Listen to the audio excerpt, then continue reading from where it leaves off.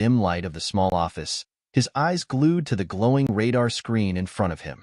The hum of the air conditioning and the occasional beeps from the communication systems were the only sounds in the otherwise quiet room.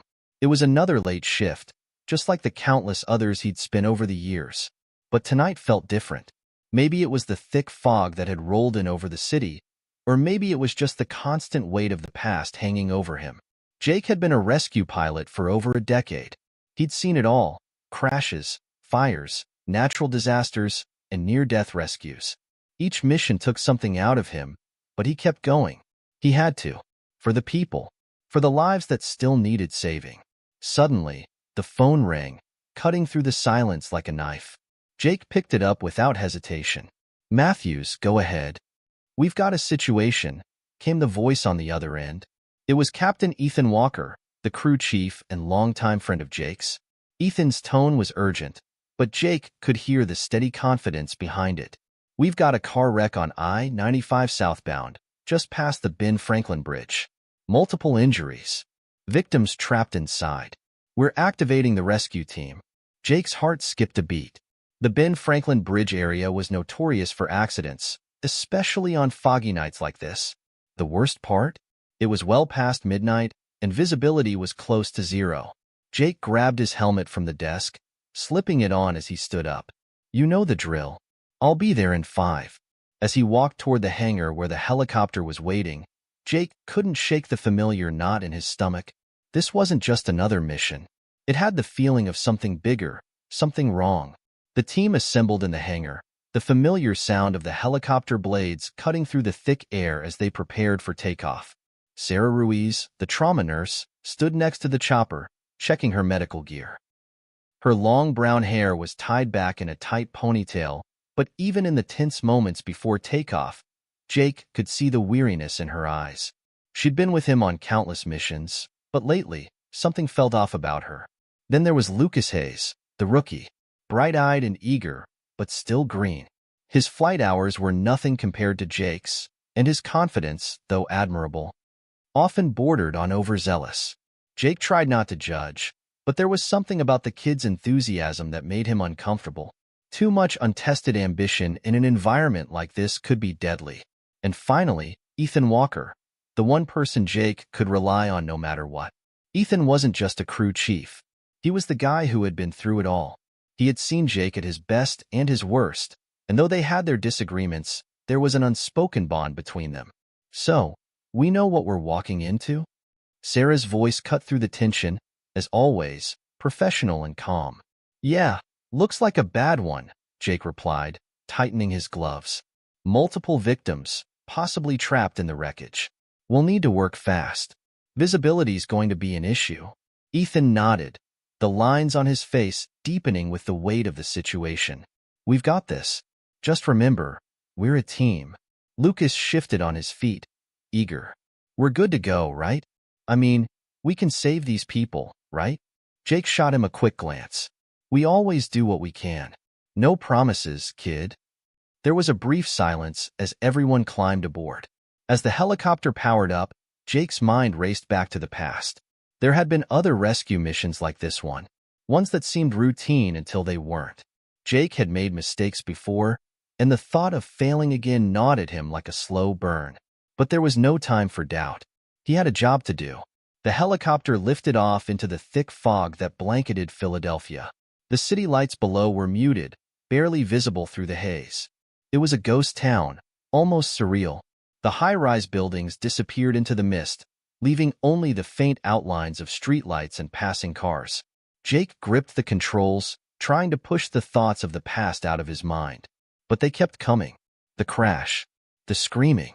The way his hands had shaken as he'd made the final decision to go in for the landing, only to have it end in disaster. He pushed the memory aside, focusing on the here and now. They had a job to do. "Jake, we've got a mechanical issue." Lucas's voice crackled through the comms, cutting through the quiet tension in the cockpit. Jake's heart skipped a beat. "What kind of issue?" "There's a weird feedback coming from the main rotor. It's nothing major, but I'm getting a warning light. We should check it out." Jake's mind immediately went to the checklist of repairs. This couldn't be happening. Not now. Stay calm, Lucas. Just make sure everything is functioning. We'll check it out when we land. Let's focus on getting to the site. Ethan's voice came through, a calm anchor amidst the mounting tension. Jake's right. We've trained for worse. Just stay focused. The air was heavy, the silence inside the helicopter almost suffocating. The team was on edge, and Jake knew it. They could feel it, too. That quiet, insistent hum in the background that something wasn't right. And no matter how much he tried to brush it off, he couldn't shake the feeling that tonight wouldn't go as planned. The helicopter finally broke through the fog and arrived at the crash site. The wreckage of a mangled car was visible on the side of the road, flames licking at the sides. The emergency responders had already arrived, but they were struggling to get the victims out. Jake expertly maneuvered the helicopter into position, the wind from the blades whipping up debris around them. As the team disembarked, Sarah immediately rushed toward the scene, her medical bag in hand, while Lucas followed her, carrying the extraction tools. Jake's eyes scanned the wreckage. This wasn't just an accident. It was a mess. The car had hit a guardrail and flipped, landing in a way that made it almost impossible to approach. The flames were close to reaching the gas tank. Every second counted. "This is bad," Ethan muttered under his breath as he helped Sarah with the extraction equipment. "We need to move fast. Sarah, Lucas, get to work. Ethan, help me clear the landing area in case we need to evac," Jake ordered. His voice clipped, professional. The team worked quickly, adrenaline pumping through their veins. The victim, a young woman, was still alive, though barely. She was trapped inside the car, and her chances of survival were slim unless they could get her out. "Jake," Sarah shouted, her voice strained. "She's bleeding out. We need to move her now." Jake's mind raced. They had to make the right decisions, quickly. The helicopter wasn't going to wait forever, and every minute spent on the ground increased the chances of something going wrong. "Cut the roof off. We'll get her out through the top," Ethan suggested. "It'll be faster." Jake hesitated. The clock was ticking, but there was a danger to rushing the extraction. A small mistake could cost them all. "Do it," Jake finally said, his voice taut with tension. As the cutting tools whirred through the metal roof of the car, the team worked in synchronized chaos. The sound of the saws echoed in the still night air, cutting through the tension that had taken over the scene. Sarah, crouched beside the victim, was already performing a quick assessment of the young woman's injuries. The bleeding was bad, but there was still hope. "I've got a pulse," Sarah called out over the noise, her voice a mix of relief and urgency. "It's weak, but she's alive." Jake nodded grimly, not taking his eyes off the horizon as he scanned the surrounding area.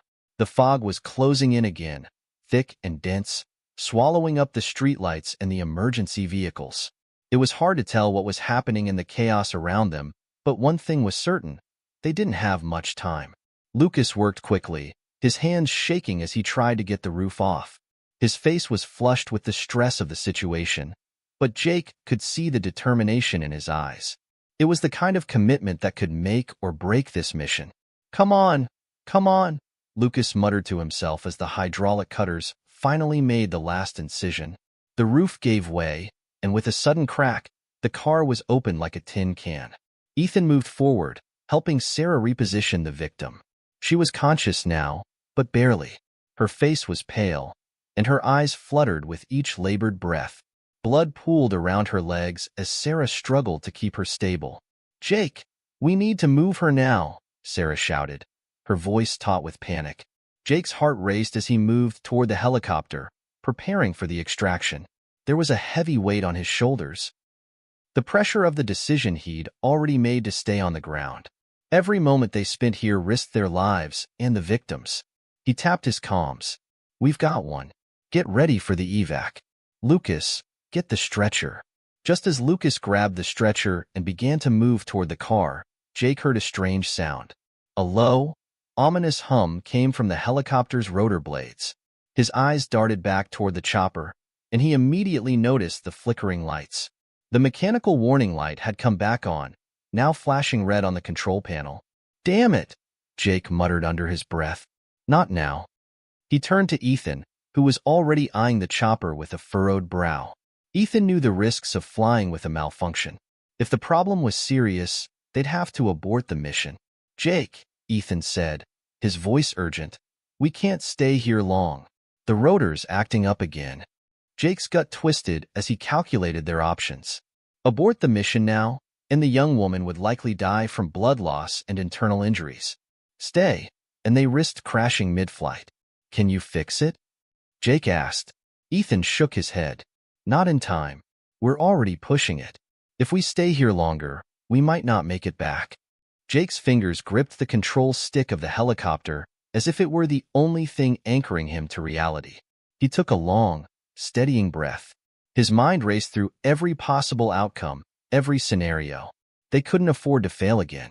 Sarah, we've got to move her now, Jake said, his voice harder than he intended. Ethan, stay close to the chopper. If anything goes wrong, we need to be ready to abandon the mission.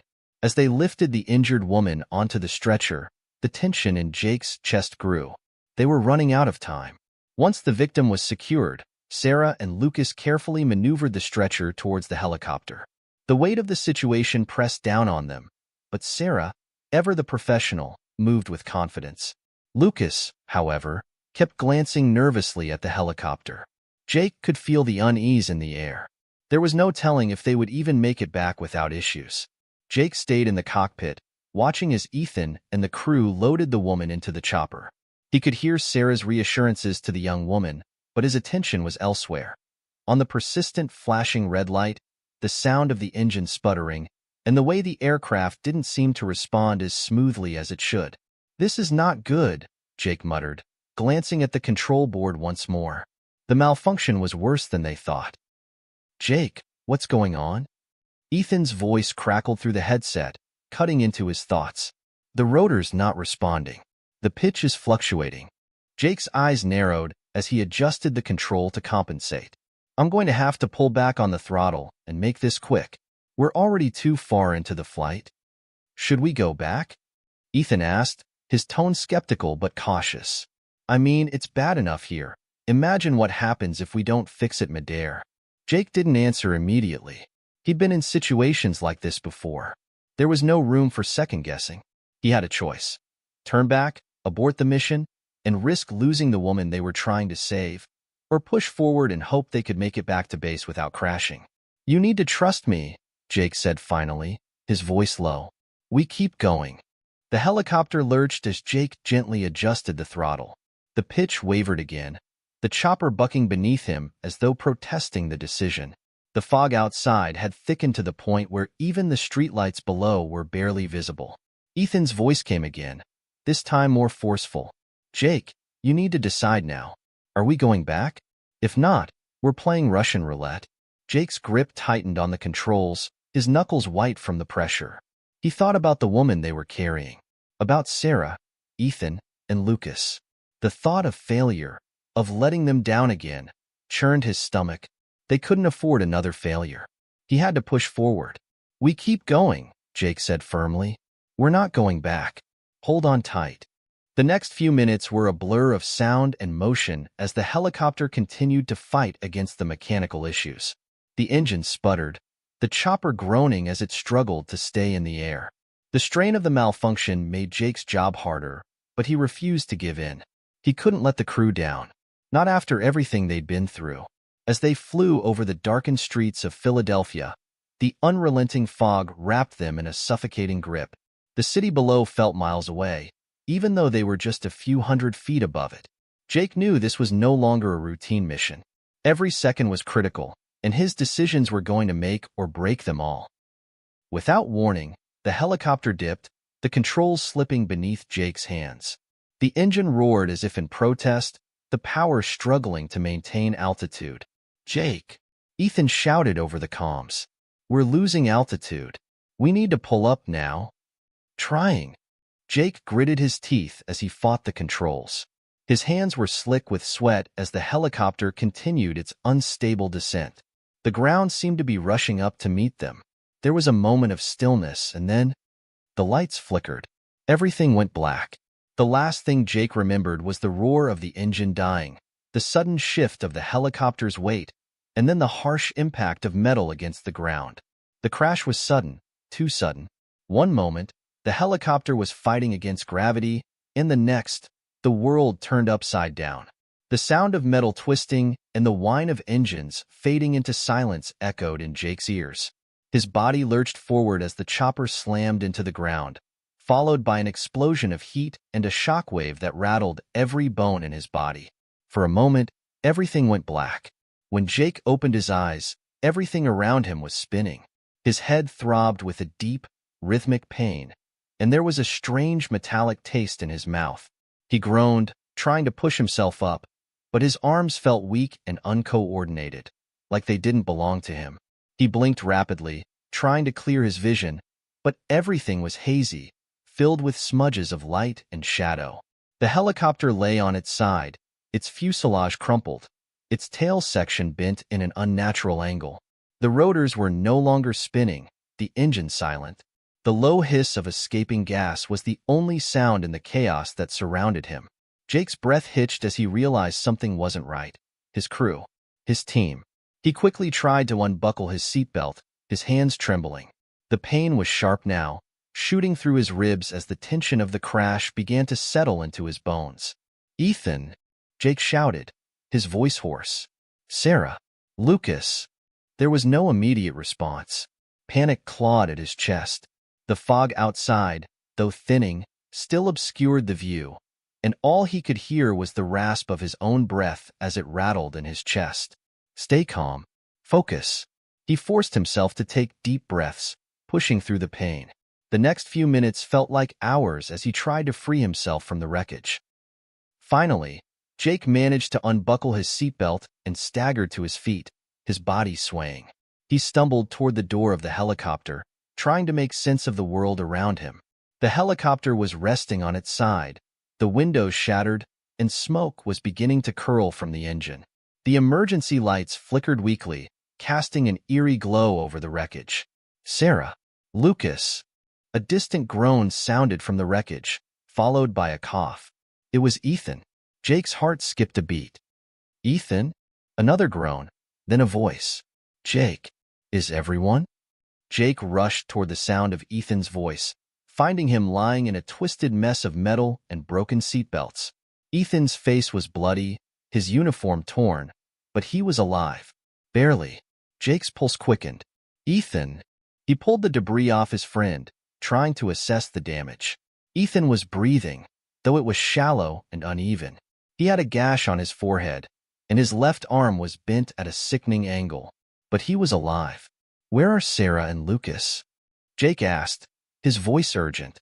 He looked around frantically, his eyes scanning the wreckage. I don't know," Ethan rasped, his words barely audible. "I couldn't see them.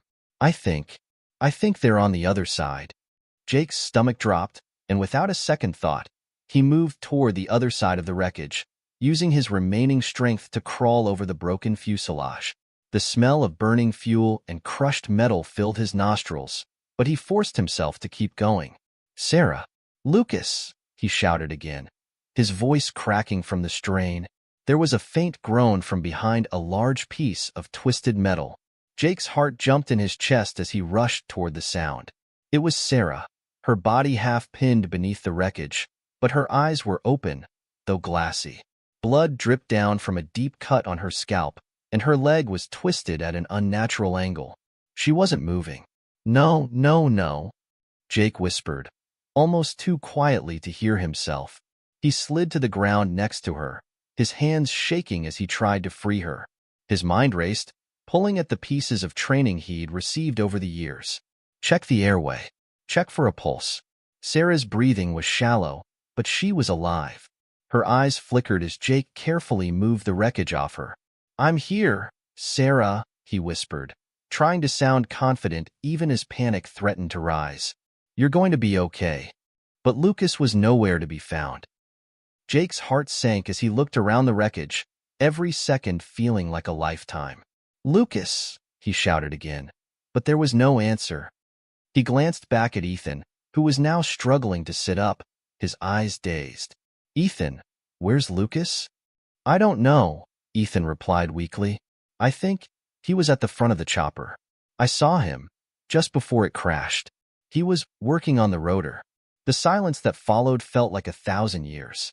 God, no, Jake whispered, but he already knew. Lucas had been at the front of the helicopter. The impact had been catastrophic, and if the front of the chopper had been crushed, there was no way Lucas could have survived it. But he had to know for sure. He couldn't leave him behind, no matter the cost. Jake moved away from Sarah for just a moment, trying to focus through the pain that shot through his body with every movement. The dizziness was overwhelming, but he forced himself to focus. He couldn't lose anyone else. He staggered forward, trying to ignore the haze in his vision. Think. Stay calm. Then, just as he reached the front of the helicopter, he heard a faint sound, a soft groan, barely audible over the crackling of the wreckage. His heart skipped a beat. Lucas? He crawled over to the front of the chopper, pushing away pieces of twisted metal and debris. And then, finally, he saw him. Lucas was barely conscious, pinned under the remains of the cockpit. His leg was trapped beneath a large steel beam, and his chest was rising and falling in short, shallow gasps. Lucas! Jake's voice broke through the haze of adrenaline and panic. The rookie's eyes fluttered open. Jake? His voice was weak, filled with disbelief. I thought I was dead. You're not dead, kid. You're not dead. But you need to stay with me, Jake said, his voice firm even as the fear gnawed at his insides. I'm stuck, Jake. It hurts, Lucas whimpered, his face pale and covered in sweat. I'm going to get you out of here, Jake said, trying to keep his voice calm, though it wavered at the edges. Don't panic. Don't panic. Jake moved quickly, using every ounce of energy he had left to try to free Lucas. The crash had done serious damage to the helicopter, and getting him out wasn't going to be easy. But he couldn't leave him. He couldn't leave anyone. The sound of the distant chopper grew louder, but it wasn't a guarantee. It wasn't enough to let their guard down. The rescue was close, but they weren't out of danger yet. Jake's heart pounded as he glanced over his shoulder, making sure Ethan was still moving steadily behind him with Lucas, who was slipping in and out of consciousness. Lucas's leg was wrapped in makeshift bandages, but the blood had soaked through, dark red staining the white cloth. Time was running out. With every shallow breath Lucas took, Jake felt his chest tighten. They had to move faster. Ethan, we need to pick up the pace, Jake said, his voice hoarse but urgent. He's losing too much blood. Ethan nodded, his face drawn tight with determination. They were moving through thick brush now, the fog starting to lift just enough for them to see the dim outlines of trees and hills in the distance. They were close. They had to be. Sarah was still out cold, her breathing steady but faint. Jake kept one eye on her, scanning the terrain ahead, making sure there were no new obstacles, no new threats. The sound of the chopper grew louder with each passing second, but there was still no guarantee it was theirs. There were so many variables, so many things that could go wrong. They needed to get to the clearing. Jake, Ethan panted, his voice strained from the weight of Lucas. We're almost there. Just a little further. Jake didn't answer. He couldn't afford to think about anything but getting his team to safety. He pushed forward, his legs aching, his mind sharp with a singular focus. Stay focused. Get to the clearing. The fog was lifting faster now, the sky above them beginning to brighten with the first signs of dawn. Jake squinted into the distance. The trees were starting to thin out, and he could see an open stretch of land ahead. The clearing. But just as they neared the edge of the trees, the sound of the chopper seemed to vanish. Jake stopped in his tracks, his heart skipping a beat. No. He spun around, scanning the sky. The engine sound had faded. Only silence remained. What happened? Jake muttered under his breath, his pulse racing. Ethan slowed his pace, now just behind Jake. He looked over his shoulder, scanning the sky as well. It's gone, Jake, Ethan said, his voice low. Maybe it turned around? Maybe they couldn't see us. No, Jake's voice was a growl. He couldn't afford to give in to fear. Not now. Not when they were so close. He checked his watch.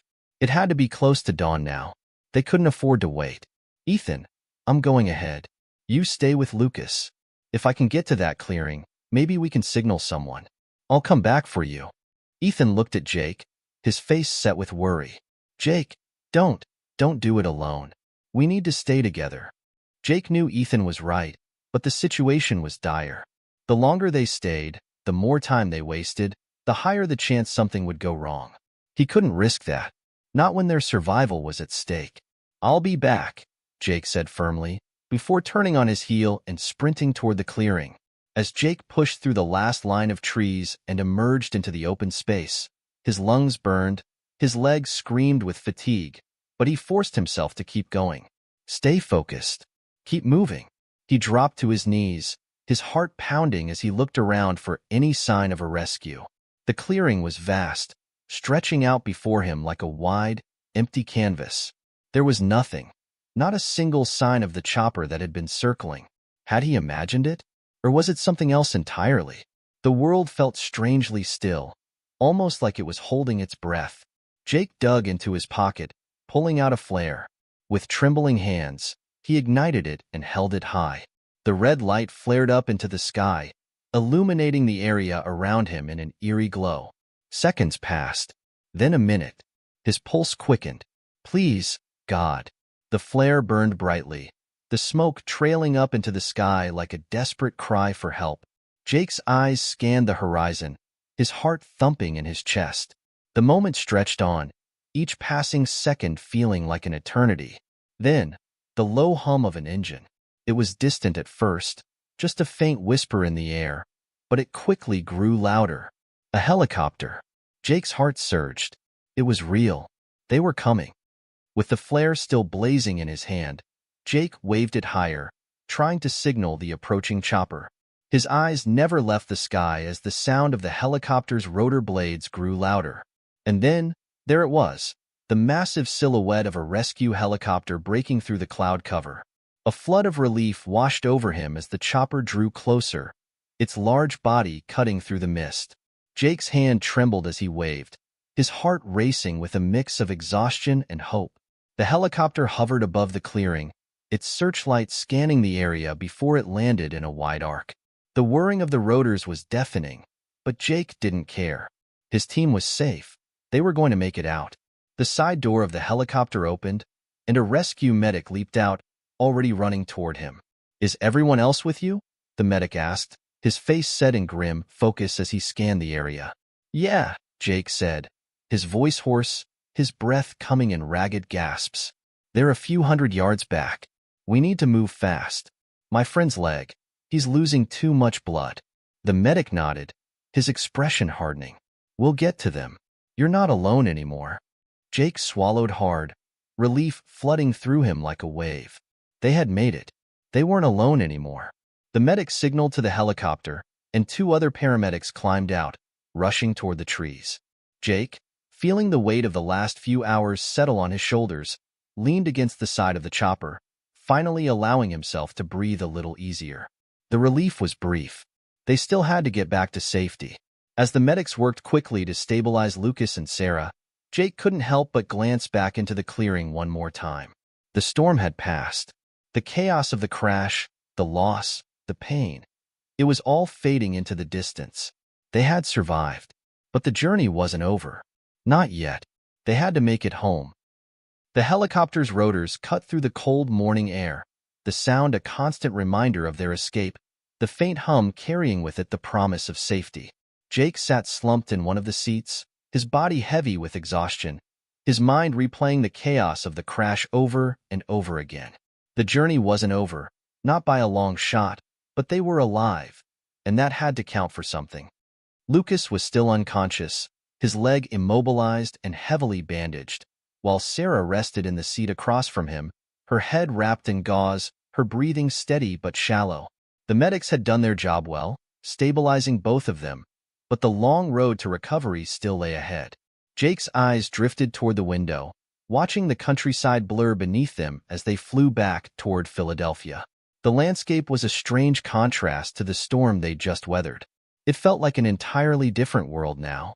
He couldn't shake the image of the wreckage, of the twisted metal, of the terror on Lucas's face as he lay trapped beneath the debris. But there was no time for reflection. They were headed home, and Jake's mind began to shift from the trauma of the crash to the recovery that awaited them. What would life be like once they got back? Would things ever feel normal again? Would he ever be able to sleep without hearing the sound of that chopper's rotor blades? Would his hands ever stop shaking? Jake.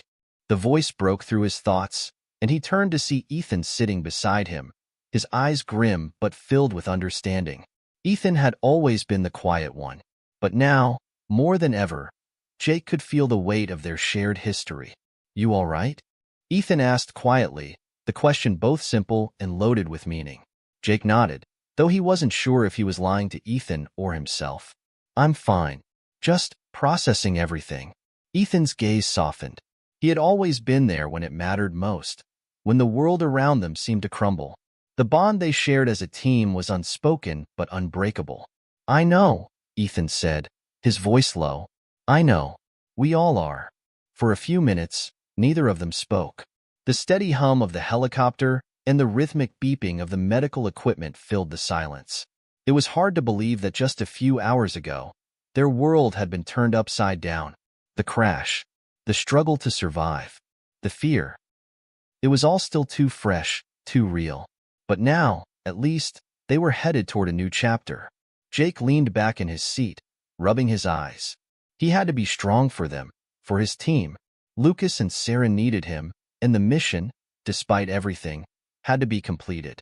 There was still work to do, questions to answer, and the haunting thought that the danger wasn't over yet.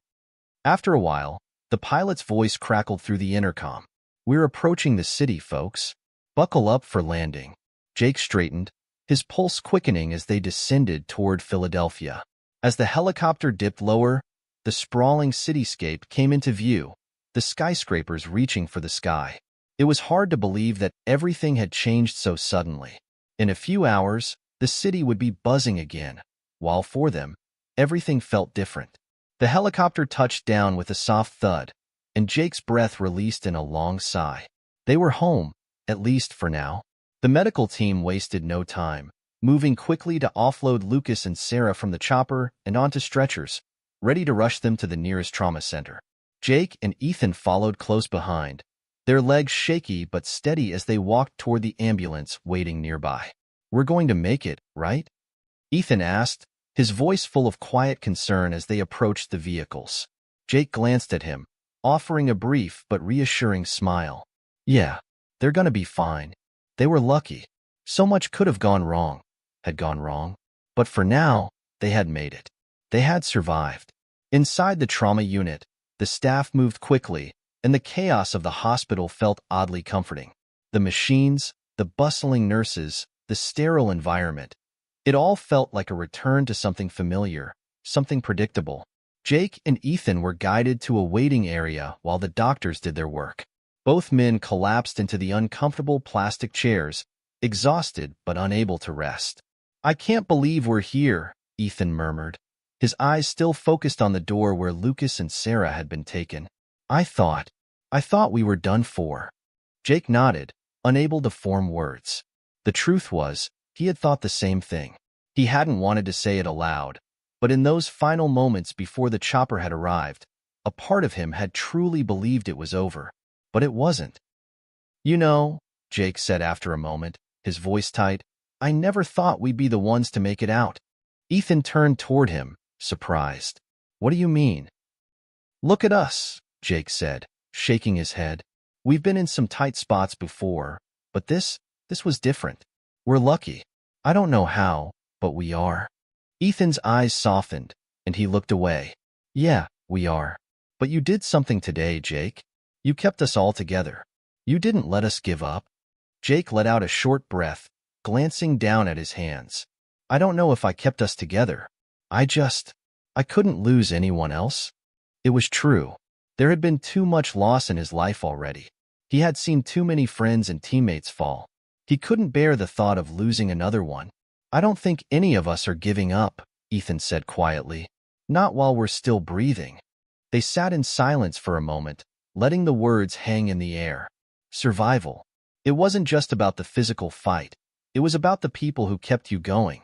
The ones who pulled you back from the edge when you didn't think you had anything left to give. Then, the door to the treatment area opened, and a doctor stepped out. His expression was serious, but not as grim as Jake had expected. "Jake? Ethan?" the doctor called, his voice warm but professional. They stood at the same time, walking toward him with bated breath. "Your teammates are both stable," the doctor said, his tone reassuring. "Lucas's leg is broken, and he'll need surgery, but it's not life-threatening. He's already responding to the pain medication." Jake's shoulders sagged with relief. He looked at Ethan, who was visibly relaxing as well. "And Sarah?" Ethan asked, his voice quiet. "Sarah's going to be fine," the doctor said. "She's got a concussion, but there's no major brain damage. She'll need rest, but she'll make a full recovery." Jake exhaled sharply, relief flooding through him. They were going to make it. "Thank you," Jake said, his voice thick with gratitude. The doctor gave them a nod. "We'll keep monitoring them for a while, but for now, they're out of immediate danger." The two men stood there for a moment, processing the news. And then, Jake let out a slow breath. They had made it, not just as a team, but as survivors. "Let's get some sleep," Ethan said, his voice tired but full of relief. "We've earned it." Jake gave a tired grin. "Yeah, we have." As they walked toward the waiting room, Jake knew this wasn't the end. It wasn't the end of the trauma, or the nightmares, or the scars that would stay with them. But it was the start of something new, a beginning after the end. And as they reached the door, Jake felt a flicker of hope, small but steady, warming him from the inside out. The days following the rescue felt like a blur, the adrenaline finally draining from their bodies as they settled into the routine of recovery. Jake, Ethan, Lucas, and Sarah had been transferred to a rehabilitation facility just outside Philadelphia to focus on their physical and mental healing. But as much as the hospital staff tried to make it feel like home, the sterile, clinical atmosphere did little to erase the deep fatigue that clung to each of them. Jake sat in the waiting area of the rehab center, his eyes fixed on the soft green walls that seemed to stretch on forever. It was quiet here, too quiet. The hum of distant machines and the faint sound of nurses' footsteps were the only sounds breaking the silence. Jake ran a hand through his hair, feeling the weight of the past few days press heavily on his shoulders. Survivor's guilt.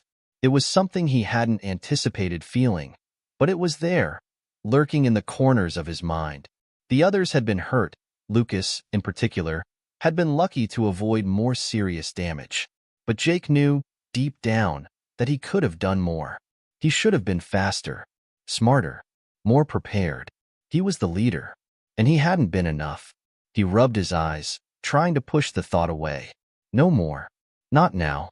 The door opened, and Ethan stepped in, looking just as tired as Jake felt. His eyes were sunken, and the edges of his smile were tight, but there was still a sense of relief in his posture. "Hey man, how's everything?" Ethan asked, his voice sounding a little hoarse, as if he hadn't spoken in hours. "Same old," Jake replied, forcing a smile. "You know, waiting, trying to figure out what comes next." Ethan took a seat next to Jake, exhaling deeply as he looked around the room. "I know what you mean. It's strange, isn't it? You think you've been through hell, and then you end up here, and everything's just quiet." Jake nodded. "It's like we're stuck in this limbo. We're safe now, but the noise inside my head won't stop. The crash, the chopper, Lucas's leg, Sarah." Ethan placed a hand on Jake's shoulder, his expression serious but not unkind. "You're not alone, man. We're all in this together." Jake met Ethan's gaze, feeling the sincerity behind the words. The bond between them had always been strong, but now, after everything they had endured, it was unbreakable. "I know," Jake said quietly. "It's just hard to let go. Hard to stop thinking about it." "You know? I get it," Ethan said. "But we've been through worse, right? We've come out the other side before. We'll do it again." Jake gave a short laugh. "Yeah, just feels like this time's different." Before Ethan could respond, the door opened again, and the nurse stepped in, her face bright but professional. "Good morning, gentlemen. How are we feeling today?" she asked, holding a clipboard in one hand. "We're good," Ethan said. "Just processing everything." "Of course," the nurse said, nodding in understanding. "You've all been through a lot. Physical and emotional recovery is never easy. But you're all making great progress. She handed Jake a stack of papers. These are your treatment plans and some exercises for the next few weeks. Physical therapy starts tomorrow, but we'll start you off with some lighter activities first. You'll be in good hands, I assure you. Jake took the papers, barely glancing at them before placing them on the table in front of him. Physical therapy. It seemed almost surreal, like a step toward a future that was so uncertain, he couldn't even picture it. Thanks, Jake said. We'll get started when we can. The nurse smiled warmly before turning to leave. Remember, gentlemen, it's not just about physical healing. Take care of your minds, too. The mental recovery is just as important. If you need to talk, we're here. Jake watched her leave, her words lingering in the room. Mental recovery. It was something they hadn't talked much about. It wasn't something any of them wanted to face. There was still so much left unsaid. The guilt, the fear, the questions they hadn't answered. How's Sarah doing? Jake asked, his voice breaking the silence. Ethan glanced at him, his expression unreadable. She's doing better. She still gets headaches, though, and she hasn't said much about, well, everything. But I think she's okay. Jake nodded, his thoughts drifting back to the crash, to the screams, to the chaos. They all had their demons now. How's Lucas? Jake asked, though he already knew the answer. Stable. The doctors are confident he'll walk again, but it's going to take time. A lot of time, Ethan replied. He's in pain, but he's keeping his head up. You know how he is. Jake nodded, feeling a pang of sympathy for his friend. Lucas had always been the fighter, the one who never backed down, even when the odds were stacked against him. But the injury was going to change him, and Jake couldn't help but wonder if it would change the way their team functioned.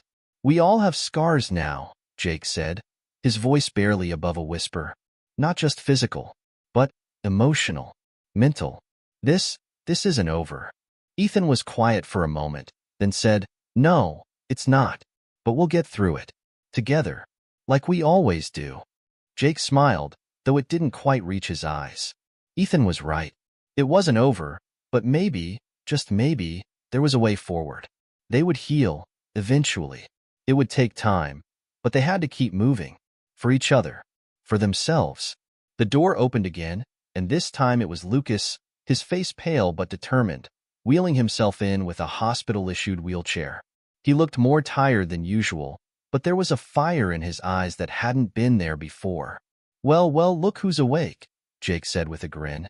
Yeah, Lucas muttered, though his lips curled up into a faint smile. Figured I'd check on the two of you. What have you been up to? Complaining about how miserable you are. Jake chuckled, but there was a warmth to the joke. Lucas was still Lucas, and that was a relief. We're doing good, Ethan said, trying to make sense of this new normal. Lucas raised an eyebrow. Yeah? Well, I'm not letting you two off the hook that easy. We're all in this together, remember? Jake and Ethan exchanged glances, a silent understanding passing between them. They would get through this. Together. As Lucas settled into the chair beside them, the three of them sat in silence for a moment, the weight of the past few days hanging heavy in the air. But even in the silence, there was an unspoken promise that they would find their way forward, together. Jake glanced out the window, the morning light filtering through the glass, and for the first time in a long while, he felt the smallest spark of hope. The weeks at the rehabilitation center felt like an endless cycle of appointments, exercises, and small victories. Each day brought something new, something that gave them just enough momentum to get through the next. Jake was slowly regaining his strength, his bruises and cuts fading, but the weight of what had happened still lingered like an unshakable fog. The nightmares hadn't stopped. They were just quieter now, like whispers that came when he least expected them. Lucas was doing better, though he'd never be the same. The doctors had warned them that it would take months, if not longer, for him to fully recover from the damage to his leg. The first time he had tried to get out of his wheelchair and walk with the help of a cane, Jake had held his breath, his heart in his throat. But Lucas had done it. Slowly, but surely, he was pushing through. Sarah, on the other hand, was still processing the trauma in her own way. The doctors said her concussion was healing well, but it was the emotional scars that were harder to gauge. She had spent most of her time in the quiet corners of the rehab center, sometimes talking, sometimes not. Jake knew she was struggling. The images from the crash were too fresh in her mind, too raw. They all had their ghosts now. One morning, Jake found himself in the center's small gym, working on light exercises with a physical therapist named Carla. She was tall, with dark hair pulled back into a tight ponytail, and she was nothing if not determined. Jake hated how slow the process was, how much effort each movement required. But Carla had been patient with him, not pushing too hard, never rushing him. Today was no different. "You're doing great," Carla said as Jake lifted his arm for the 10th time. "Just keep your focus, all right? It's all about the little steps." Jake grunted, lowering his arm. Little steps. That was the theme of their lives now. Everything was in pieces, fractured by the crash and the chaos that followed. He'd never been a patient person, but now, it seemed like patience was the only thing he had left. "I don't feel great," Jake muttered, trying not to let his frustration show. "This feels pointless." Carla raised an eyebrow. "It's not pointless. You've got to start somewhere." Jake exhaled sharply. "I know. I don't feel like myself. Like I'm missing something." Carla didn't respond right away, as if weighing her words carefully. "It's normal to feel that way, Jake. When you go through something traumatic, your body and mind both need time to adjust. This whole process, healing, rebuilding, isn't linear. It's messy." Jake nodded, but the words didn't quite reach him. He understood them intellectually, but he was struggling to internalize them. Messy. That's what everything felt like now. The pieces of their mission, of their lives, scattered and jagged. There were days when he couldn't stop thinking about how they had been so close to death, so close to losing everything. And now, here they were, trying to piece it all back together. The session ended, and Carla led him to a chair to rest. As Jake sat, wiping the sweat from his forehead, his phone buzzed in his pocket. He pulled it out, glancing at the screen. An incoming message from Sarah. Jake's heart skipped a beat as he opened the message. "Jake, I need to talk to you. It's important. Can you meet me in the garden in an hour?" His brow furrowed. Important? Sarah had been quiet, withdrawn since the crash. For her to reach out like this, it had to be something big. "I'll see you tomorrow, Jake," Carla said as she collected her things, her voice bringing him back to the present. "Yeah. Thanks, Carla," he replied, still distracted by the message. Once she left, Jake stood up, stretching his stiff limbs. He could feel the familiar pulse of anxiety rising in his chest. What did Sarah want to talk about?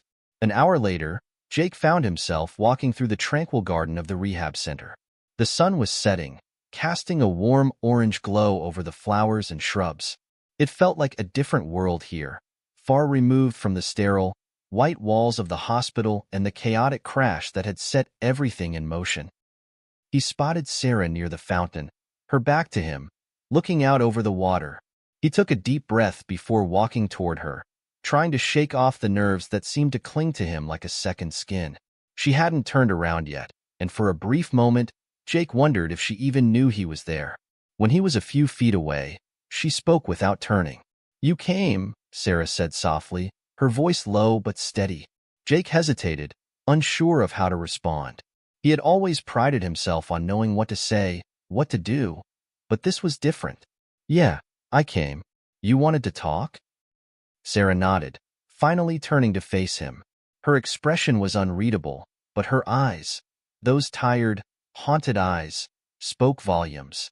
She hadn't been herself since the crash. He could see it now, in the way she held herself, in the lines of exhaustion that marred her face. "I've been thinking," she began, taking a slow, deliberate breath, "about everything. About the crash. About us. About what happened." Jake waited, his heart thudding in his chest. This was it. She was finally opening up. "I don't know what to do with all the guilt," she continued, her voice cracking ever so slightly. "I keep thinking I could have done more. Could have helped Lucas, could have helped you, but I froze. I just froze, and I don't know how to live with that." Jake stepped forward, his voice gentle but firm. "You did what you could. We all did. You didn't freeze, Sarah. You were just doing what you had to do to survive. She shook her head, the frustration evident in the way she clenched her fists at her sides. That's the problem, Jake. I did survive, but I don't know how to get past it. I feel like a part of me died back there. Like I'm not the same person anymore. Jake felt a pang in his chest as her words hit him harder than he expected. He knew what she meant. The person you were before trauma and the person you became after. It was like stepping into a different life entirely. The person you were was lost, replaced by someone who couldn't even recognize themselves.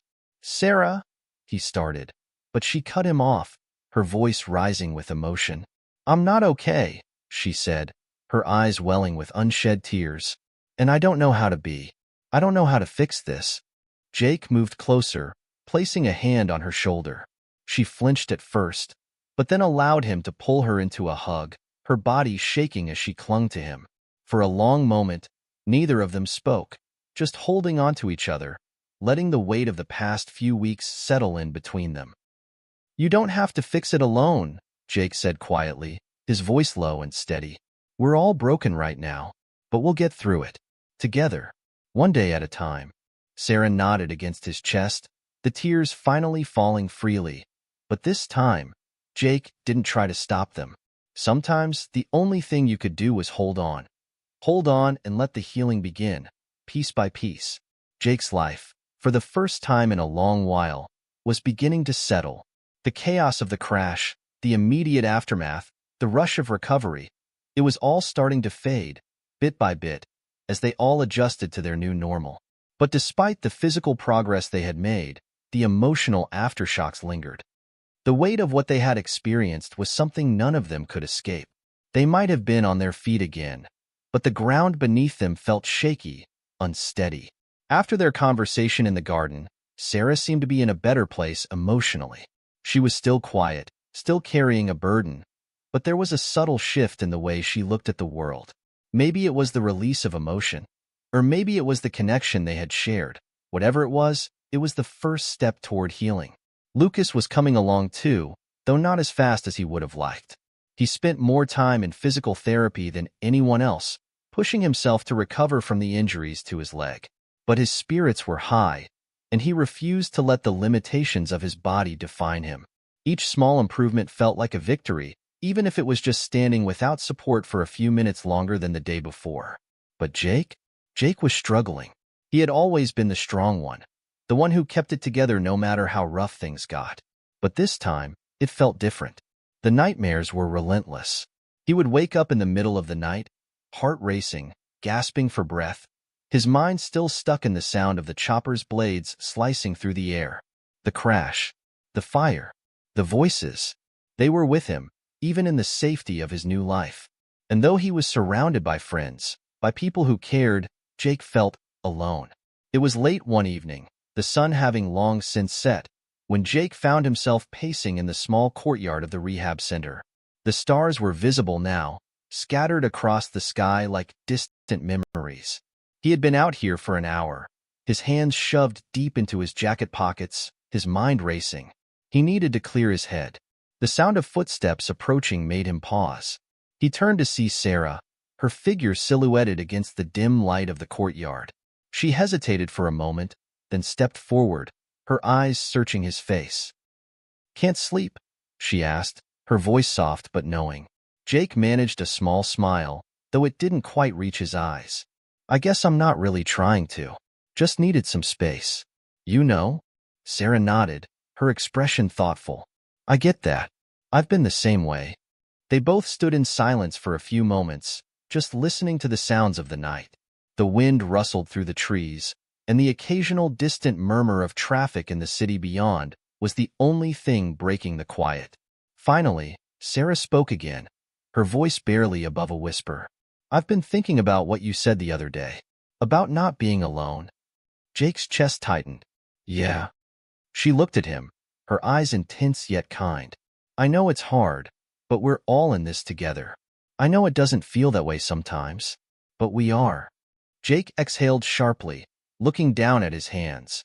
"It's just, I keep thinking I should have done more.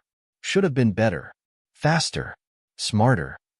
Sarah stepped closer, and her voice softened even more. Jake, there's no manual for what happened. No one could have done everything right. But what you did, what we all did, that's what matters. We got through it. Together. Jake felt a lump form in his throat, his heart pounding in his chest. He had spent so many years protecting the people he cared about, carrying their burdens along with his own. But this time, he didn't feel like the protector. He felt like the one who needed protecting. He swallowed hard and looked at Sarah. I'm trying, Sarah. I swear I am. But sometimes, it just feels like too much. She nodded slowly, understanding the weight of his words. I know. I feel that way too. We all do. She took another step toward him, her gaze never leaving his. But we can't carry it all alone. Not now. Not ever.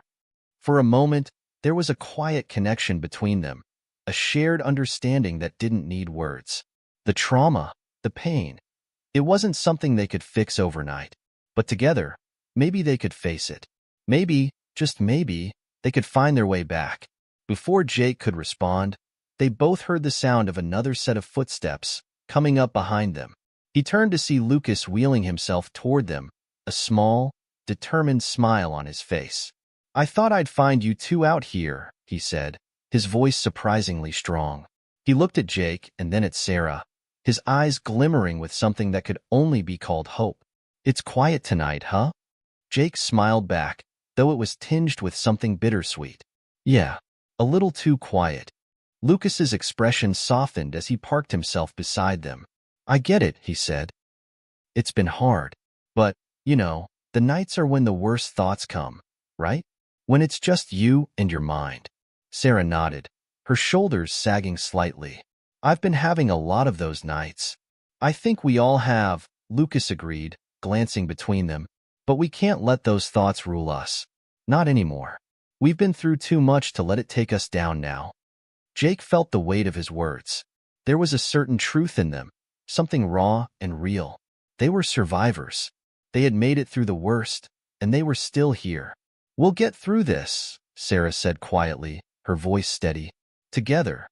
Jake looked at his two friends, their faces determined and worn, but strong. They were all wounded, all broken in their own way. But they weren't alone. Yeah, Jake said finally, his voice soft but firm. Together. For the first time in a long while, Jake felt a flicker of hope, a small spark of light in the darkness. The road ahead was still uncertain, but maybe, just maybe, he didn't have to walk it alone. The days seemed to blend together now, a seamless string of moments where one was hardly distinguishable from the next. For Jake, Sarah, and Lucas, the world outside the rehab center felt both too far away and uncomfortably close. They had lived through something horrific, something that had left an indelible mark on all of them. But life moved forward. The question was, could they? Jake had spent the last few days buried in physical therapy, pushing his body to its limits, trying to pretend that everything was fine. The doctors had cleared him for light work, but his mind hadn't healed. The exhaustion from the endless sessions of physical recovery wasn't nearly as heavy as the emotional burden he carried with every step. Every time he lifted weights, every time he forced himself to run on the treadmill, there was an undeniable weight that came with it, a weight he couldn't shake. But it wasn't just Jake. Sarah, though quieter than ever, was still trying to fit herself into the space she used to occupy. She had stopped asking questions about the crash. Instead, she retreated into herself, a place of reflection and hurt. The past few nights, she'd been staying up late, staring at her phone, reading the news stories about the crash. The one that had been dubbed the Philadelphia helicopter catastrophe. The reports were full of details about the wreckage, the fire, the rescue operation. The more she read, the more distant she felt from the person in the articles. That wasn't her. That wasn't the Sarah who had walked into that helicopter that night. And Lucas, he was struggling too, though in a different way. Every morning, he put on a brave face and pushed through his physical therapy with the same tenacity he had when they were out on the field together. But at night, when the world was quiet, when his leg ached and his mind began to wander, the old fears returned. The doubts. The haunting question that always lingered. What if he wasn't enough? It was late afternoon when Jake decided to take a walk outside. The air was crisp, and the sun was just beginning to set behind the trees in the rehab center's small courtyard. The shadows were long, stretching across the grass in eerie, silent angles.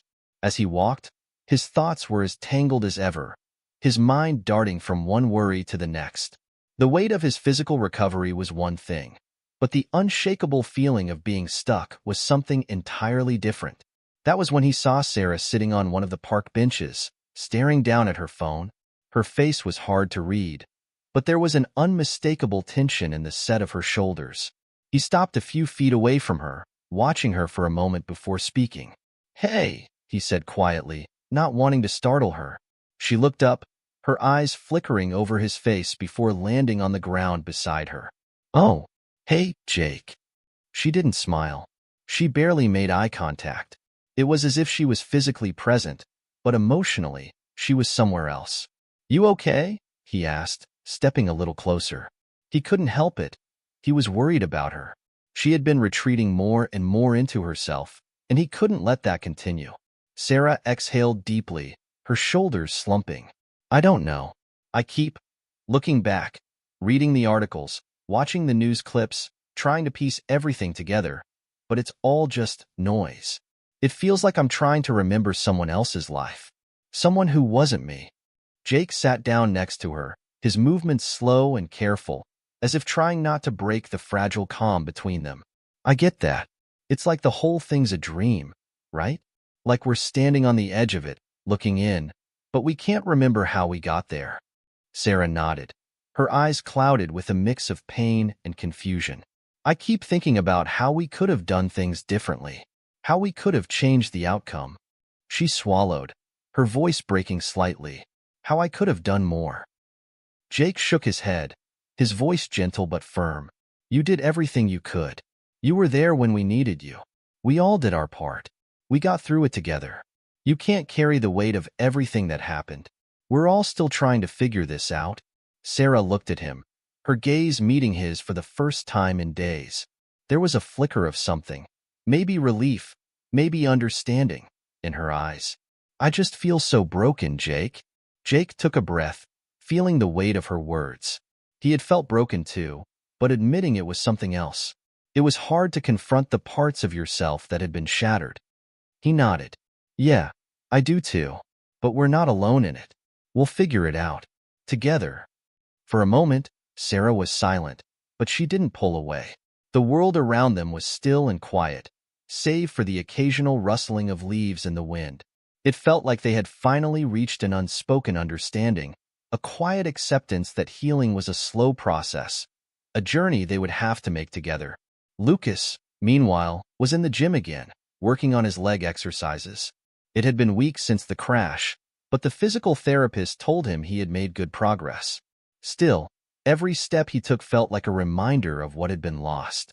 It wasn't just his leg. It was everything. The mission, his career, his identity. What was he supposed to do now? He leaned heavily on the cane, taking a slow step forward, then another, then another. But each step felt heavier than the last, the weight of his doubt pressing down on him. "Come on, Lucas.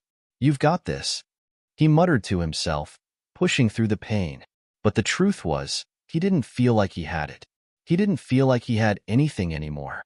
The following day, Jake found himself sitting at a small cafe outside the rehab center, staring into his coffee cup.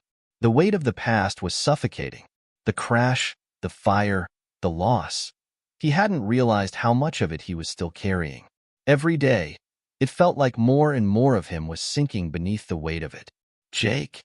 He looked up to see Sarah standing at the entrance, her hands tucked into the pockets of her jacket. She hesitated, then walked over and slid into the seat across from him. "I didn't know where else to go," she said, her voice quieter than usual. Jake set his cup down, offering her a small smile. "What's going on?" She bit her lip, clearly struggling with something.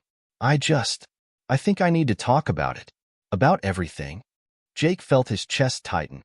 He had been waiting for this moment, waiting for her to be ready. And now that it was here, he wasn't sure what to say. How could you talk about something so big, so raw? But Sarah needed him, needed them all. "Tell me what's on your mind," he said, his voice steady. She nodded, taking a deep breath.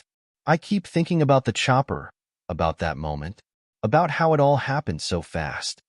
And then, when we crashed, I remember hearing your voice. Your voice, Jake. You kept telling me to hold on. I keep playing that over and over in my head, wondering what would have happened if I hadn't." Jake's heart sank. "Sarah, no, I'm not blaming you," she cut in quickly, shaking her head. I keep thinking about it, wondering if I could have done something different, if there was something more I could have done. But then I remember that feeling of not being able to breathe, of everything spinning." She was shaking now, her hands gripping the table like it was the only thing holding her together. "Sarah," Jake said softly, reaching across the table, "you couldn't have done anything more. We were all in the same situation. You did what you had to do, and we all got through it. That's what matters." For a long moment, she didn't speak, her head bent, eyes on the table. And for the first time in a long while, Jake felt the weight of their shared trauma, the burden they all carried, starting to shift, just a little. They were healing, slowly, but they weren't there yet. The weeks had passed in a blur. Some days felt like an uphill battle. Others felt like small victories, fleeting glimpses of what could be. But no matter how many steps forward they took, the weight of what they had endured was always there, a constant reminder of the night that had changed everything. For Sarah, Jake, and Lucas, it was clear that healing wasn't just about fixing what was broken on the outside. It was about mending the fractures inside, the invisible scars that no one could see. Despite their best efforts, the tension was building. It was starting to feel like they were approaching a breaking point, a moment when they would either come together or finally be torn apart by the weight of their shared trauma. Sarah had been quiet in the days leading up to this, more than usual. She had always been reserved, but this was different. She was distant. Her mind, it seemed, had been elsewhere, constantly retreating into itself. Even when she was physically present, her thoughts were lost in some distant memory of the crash. It was early one morning when Jake saw her sitting in the courtyard, her back to him as she stared out at the city skyline. The sky was just beginning to lighten, the first hints of dawn breaking over the horizon. Jake had noticed the way she had been pulling away from everyone recently, keeping to herself more and more, and it had begun to worry him. He walked up slowly, his boots crunching lightly against the gravel beneath his feet. "Sarah?" His voice was quiet, almost tentative. She turned her head slightly but didn't face him. Her eyes were glazed, distant, as if she didn't quite recognize him at first. "Hey, are you okay?" Jake asked, sitting down beside her. He could feel the cool morning air biting at his skin, but he hardly noticed it. The chill between them seemed far more palpable. Sarah didn't answer right away. Instead, she let out a heavy sigh, running a hand through her hair. "I don't know anymore," she murmured. Her voice cracked ever so slightly, but she quickly wiped her eyes, pretending she hadn't noticed the vulnerability slipping out. Jake felt his stomach tighten. He had known something was wrong, but hearing her admit it, he hadn't been prepared for that. "Talk to me, Sarah. What's going on?" For a long moment, she didn't say anything. Then, in a voice barely above a whisper, she spoke. "I'm scared, Jake. Scared of everything. Of being stuck in this place. Of never getting out of this headspace." Jake could see it now, the exhaustion written on her face, the haunted look in her eyes. It wasn't just the physical pain she was dealing with anymore. It was the mental burden of survival. "I think about that night every day," she continued, her voice soft but raw. "About how I couldn't do anything, how I couldn't save him, how I was so helpless." Jake's heart sank. "Sarah, you did everything you could. No one blames you. Not me. Not Lucas. But I blame myself." Her voice broke as she said it, the words hanging in the air like a confession she hadn't been ready to make. She took a shaky breath, finally turning her head to face him, her eyes glossy with tears. "I can't move past it, Jake. I can't move past him." For a moment, neither of them spoke. The world felt heavy in the silence. The hum of the city below them was distant, muffled, as if everything had been drowned out by the weight of her words. Jake wanted to reach out, wanted to pull her into a hug, but he was afraid. Afraid of making it worse, afraid of pushing her further away. So, instead, he sat there, waiting for her to process the storm she was facing inside. I don't know what to do anymore, she whispered, her voice trembling. Jake closed his eyes, his heart aching. You don't have to have it all figured out, Sarah. Not yet. But you don't have to do it alone. We're all in this together. She looked at him, and for a moment, her eyes softened. I don't feel like it sometimes. Jake nodded. He understood that. He felt it too. The isolation of it all. The feeling that no one could understand what they'd been through. But that wasn't true. They could understand. They just had to reach out to each other. He took a deep breath, his voice gentle but firm. I know it's hard. I know you're struggling. But I'm here, Sarah.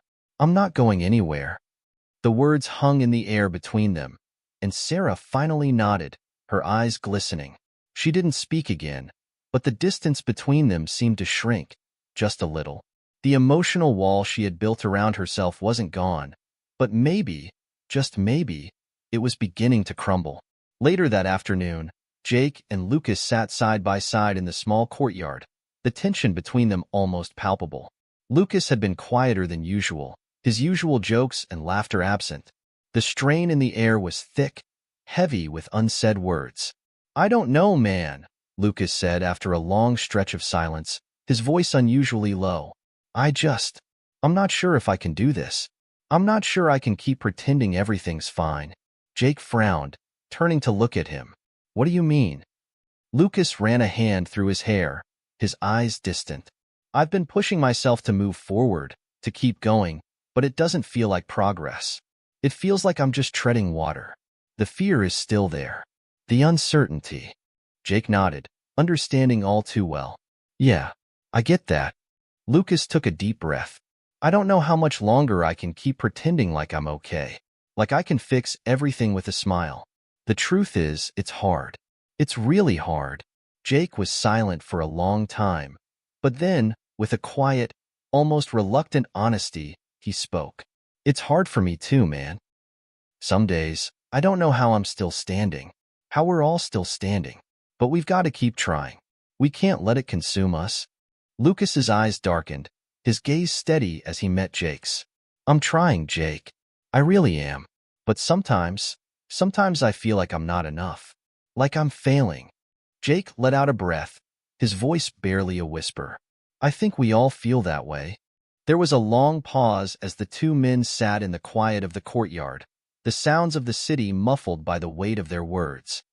It felt like a turning point, a moment when both men acknowledged the unspoken truth. They were all struggling. They were all broken in their own ways. But the most important thing? They were still here. And maybe that was enough. As the days passed, things began to change. Sarah reached out to both Jake and Lucas in small, quiet ways. She wasn't healed. None of them were. But she was trying. And so were they. One step at a time. But despite their progress, there was still a heavy cloud hanging over them. A storm that hadn't quite passed. They were learning, growing, healing. But there was always the feeling that the worst was yet to come. And none of them were sure they were ready for it. The rehab center had become their makeshift home, a sanctuary of sorts. It was a place where they could piece together their broken bodies, their shattered minds, and their fractured pasts. But even here, the weight of what they had endured still clung to them like a shadow. Despite the physical progress they had made, the emotional aftermath of that fateful night still lingered, refusing to be ignored. It was late one evening when Jake found himself alone in the small common room of the rehab center. The lights were dim, and the stillness in the air felt heavier than usual. He hadn't realized how much he needed this solitude until it was there. No talking, no pretending, no distractions. He sat down on one of the worn-out couches and stared at the television. Though his eyes didn't register the images on the screen, his thoughts were a jumble of everything and nothing. The crash, the fire, the silence, the faces of the people he had failed to save. And now the aftermath, his own survival. What did it all mean? Sarah had been out of sight for the last few hours. She hadn't been around for lunch or dinner or the group therapy session they had all attended earlier in the day. Normally, she would have made some small talk, maybe a passing joke, but today she had been withdrawn. She had barely spoken at all. It wasn't like her, and Jake was starting to grow concerned. He got up from the couch and walked through the hallway, his footsteps soft against the carpet. When he reached Sarah's room, he knocked lightly on the door. No answer. He knocked again, a little louder this time, his pulse quickening with a rising sense of urgency. "Sarah?" He called through the door. Still no response. He hesitated for a moment, but then the instinct to check on her overtook him. He turned the handle gently and pushed the door open. Inside, Sarah was sitting at the small desk by the window, her back to him. The room was dark except for the faint glow of the streetlights outside, casting long shadows across the walls. She wasn't moving. She hadn't even reacted when he opened the door. Jake stepped inside cautiously, the sound of his own breath feeling too loud in the quiet space. "Sarah?" he repeated, his voice softer this time. She turned around slowly, her face pale, her eyes hollow.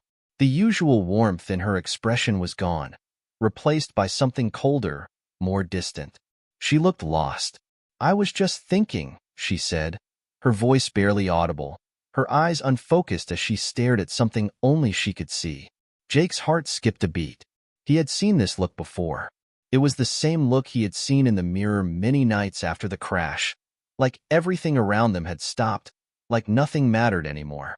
"Sarah," he said gently, walking over to her, "you need to talk about it. Whatever's on your mind, I'm here. We're all here." She looked up at him, but it was clear that she wasn't fully with him. Her gaze seemed to drift between him and something else in the room, as though she was seeing a world beyond the one they were in. She trailed off, shaking her head as if trying to clear away the fog in her mind. "I can't shake it, Jake. I can't stop thinking about that moment, the moment when I couldn't do anything. When everything just crashed." Jake sat down beside her, not knowing how to make it better, but knowing that being there was the most important thing he could do. He placed a hand on her shoulder, a comforting touch, though he wasn't sure if it meant anything at all anymore. "I know, Sarah," he said softly.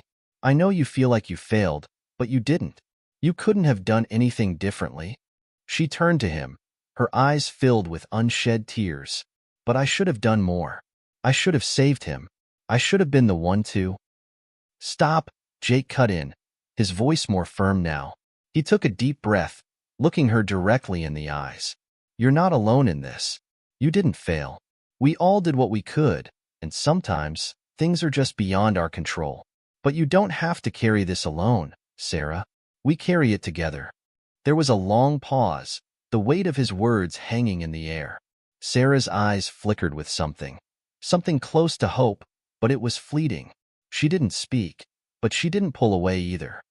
Meanwhile, Lucas was in the gym again, his mind consumed with doubts as he worked through his exercises. Each movement felt heavier than the last, not because of his injury, but because of the weight he carried inside him. He had been pushing himself harder than ever, but the harder he tried, the more it seemed like he was running in circles. He tried to focus on his physical progress, but it was impossible to ignore the thoughts that kept intruding. The crash, the screams, the fire, the desperate moments of trying to get out.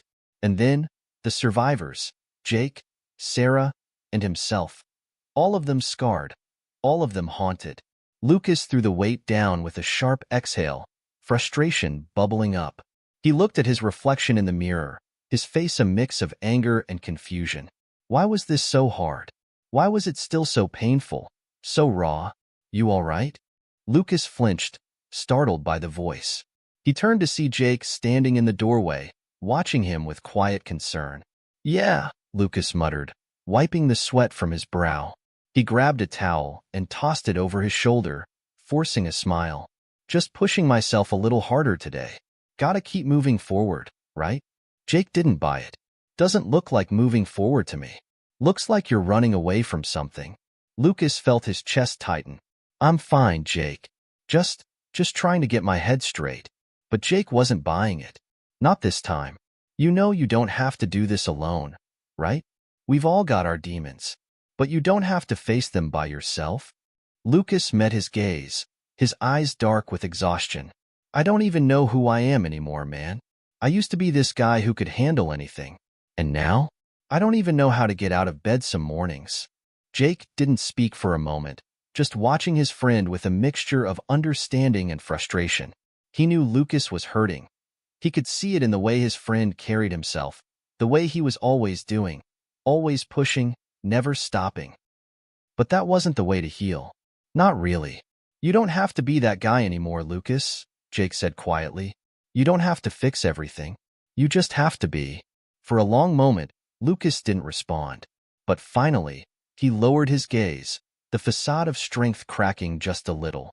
Yeah, maybe. Maybe I just need to stop pretending.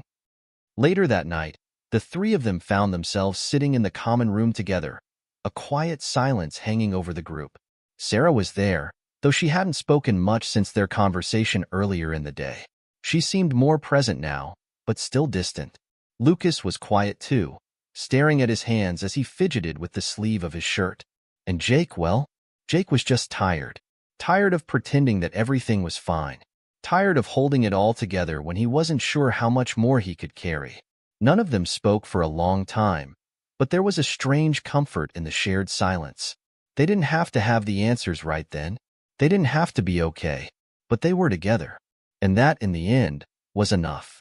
The weeks rolled by, each day blending into the next as they continued their rehabilitation, inching toward a semblance of normalcy. Yet, despite their physical improvements, the emotional scars left by the crash, by the trauma they had all experienced, were far from healed. Sarah had been trying to re-engage with the world around her, but it felt like she was walking on eggshells. Every conversation, every interaction felt like a test, a fragile step forward that could easily snap if she wasn't careful. And yet, there were moments, fleeting but real, when she could almost believe things could get better. But it wasn't just about healing for Sarah. It was about forgiving herself. One crisp morning, the sound of footsteps echoed through the rehab center's hallway, sharp against the quiet. Jake was heading toward the therapy rooms, his body finally starting to feel less like a stranger to him. The weight of the injuries was slowly lifting, but his mind still felt like a battlefield. Every time he closed his eyes, the flashbacks were there, loud, aggressive, merciless. Sometimes they would come in fragments. The whine of helicopter blades, the desperate cries of those trapped, the smoke, the screams. And every time, he was faced with the crushing reality that he had survived. But what did that even mean? As he passed Sarah's room, he hesitated. The door was slightly ajar, and he could hear soft rustling inside. He knocked lightly before pushing it open. Sarah was sitting at the small table in her room, her back to him. She hadn't noticed him enter. "Sarah?" Jake called softly, not wanting to startle her. She turned to look at him, her face softer than it had been in weeks, but still there was a wariness to her expression. It wasn't that she didn't appreciate the support. It was that she didn't know how to accept it fully, not yet. "Hey," she said, her voice hesitant but polite. She was fiddling with a small notebook in front of her, her fingers tracing over the worn cover. "You okay?" Jake asked, his concern evident. Sarah hesitated, her gaze lowering to the notebook in her hands. I think I'm starting to feel like myself again. In pieces, you know?" She glanced up at him, and for the first time in a while, there was a hint of something like hope in her eyes. It was subtle, but Jake noticed it. "That's good," Jake replied, his voice gentle but tinged with something else. Something like fear.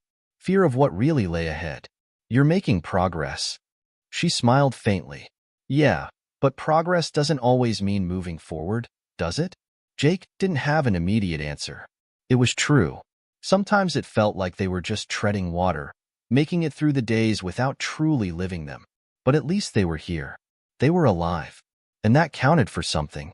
"You know," she continued, her voice quieter now, "I've been thinking about him, about Mark, and I realize I never really let myself grieve. I've been so focused on surviving that I never stopped to mourn." Jake nodded slowly. He had seen it in her. This constant push forward, this refusal to stop and feel. He understood it because he had been doing the same thing.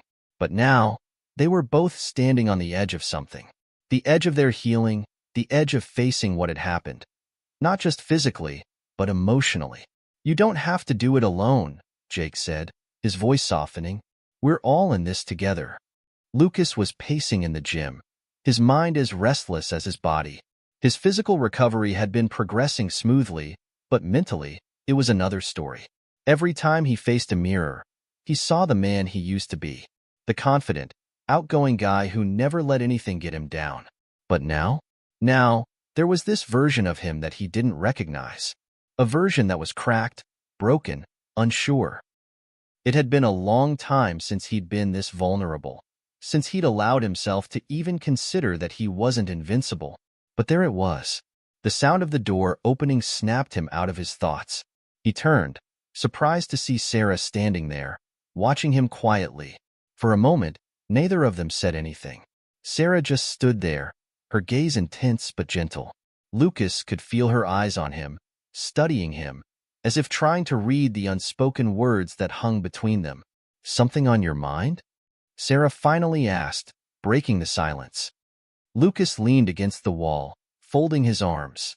"Just trying to figure out how to deal with everything. The crash, the aftermath, the whole damn thing. It's all too much sometimes."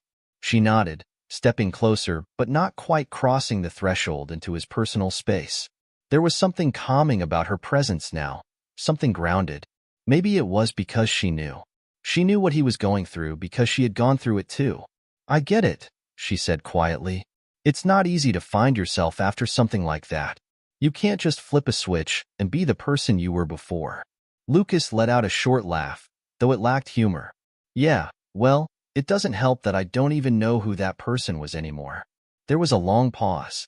Sarah took another step closer, her voice softening. "Then maybe it's time to stop looking for him." Lucas looked at her, genuinely surprised. "What do you mean?" "Maybe the person you were before the crash is gone, Lucas," she said, her words thoughtful and deliberate. "But that doesn't mean you're broken. It just means you're someone new now, someone who's stronger than they realize. And maybe you just need to give yourself permission to be that person, whoever they are." Her words settled over him like a quiet revelation. It wasn't about going back. It was about going forward, about discovering a new version of himself. A version that was shaped by the past, yes, but not defined by it.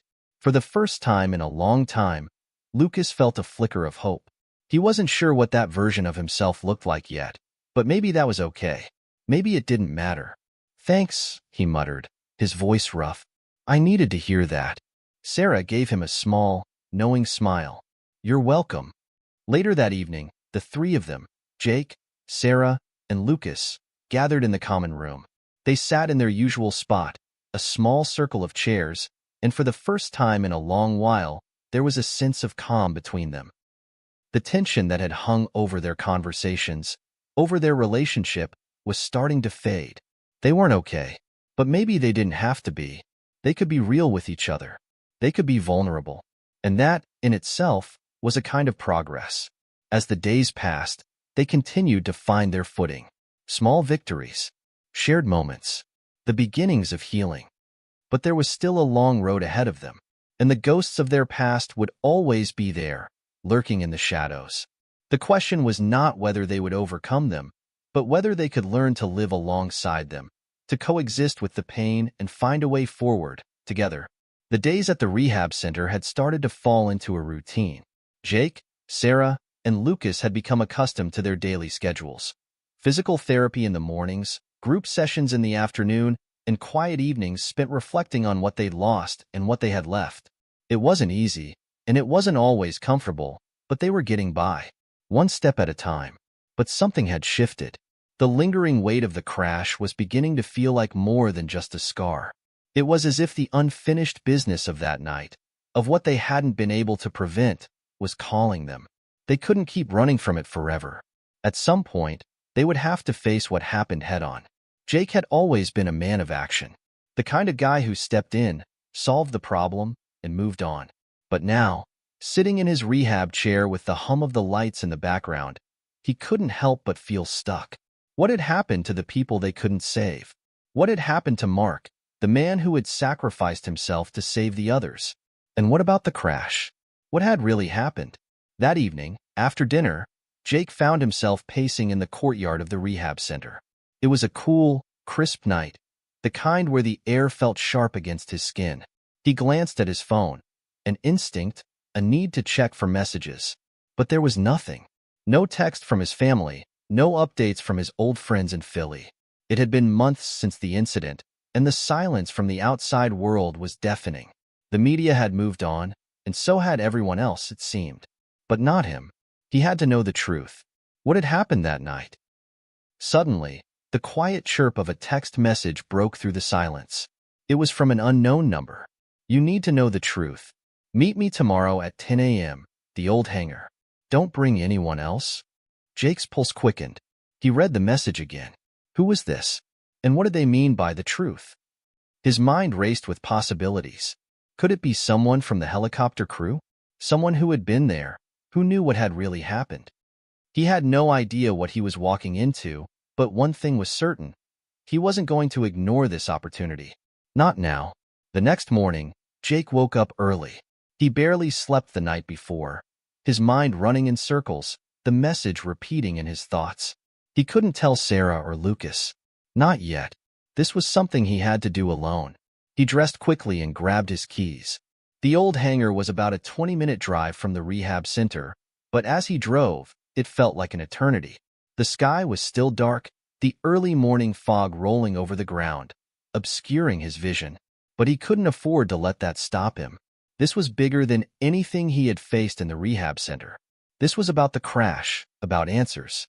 The hangar stood at the edge of town, a hulking structure that hadn't seen use in years. The place had a rundown, almost eerie quality to it, like a forgotten relic from the past. Jake parked his car and stepped out, his breath misting in the cold air. He checked his watch, 9:55 a.m. On time. He walked to the entrance of the hangar, but as he approached, the door creaked open on its own. No one was there to greet him. A chill ran down his spine. "Hello?" he called into the empty space. His voice echoed off the metal walls, but there was no answer, only silence. He stepped inside, cautiously, his eyes adjusting to the dim light. The hangar was vast, filled with old equipment, crates, and dusty machinery. It smelled like rust and forgotten history. He moved slowly, listening for any sign of life. Then, from the shadows, a figure emerged.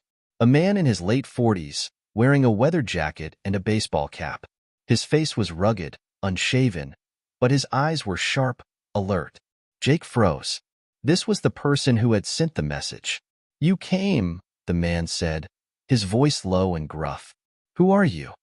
Jake asked, his voice steady despite the unease creeping into his gut. The man smiled faintly. "Name's Kevin. I used to be part of the crew on the chopper that night." Jake's heart skipped a beat. This was it.